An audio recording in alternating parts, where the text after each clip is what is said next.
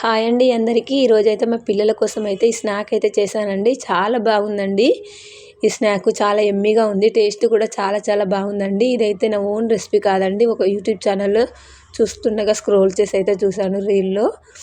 ఇప్పుడైతే ప్రాసెస్‌లోకి అయితే వెళ్ళిపోదామండి. చూడండి, చూడటానికి కూడా ఎంత బాగుందో. చాలా సింపుల్ అండి. ఒక 10 మినిట్స్‌లోనే అయిపోతుంది. ఇప్పుడు దీనికోసం అయితే ఒకటి ఫ్రై పాన్ అయితే తీసుకోండి. దాన్ని హీట్ అయిన తర్వాత ఆయిల్ వేసుకోవాలి.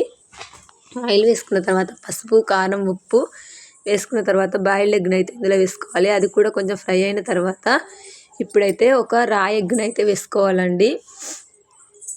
రాయి ఎగ్ కూడా వేసుకోవాలండి. ఇదైతే నేనైతే ఇందులోనే డైరెక్ట్ వేయలేదండి, ఎందుకంటే బ్యాక్టీరియా పడుతుందట. అందుకే ఒక చిన్న కటోర్లో అయితే వేసుకున్నాను. ఇప్పుడు అందులో కూడా మళ్ళీ కొంచెం కారం, ఉప్పు, ఒక ఆనియన్ కట్ చేసి వేసుకున్నాను. తర్వాత ఇంకా కొంచెం కొత్తిమీర అయితే వేసుకున్నాను.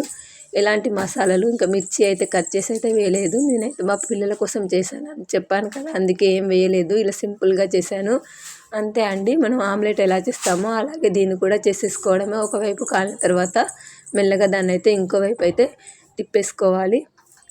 ఇంకోవైపు తిప్పేసుకున్న తర్వాత ఇంకొక సైడ్ కూడా కాల్చేసుకుంటే అంతే అండి. చాలా సింపుల్.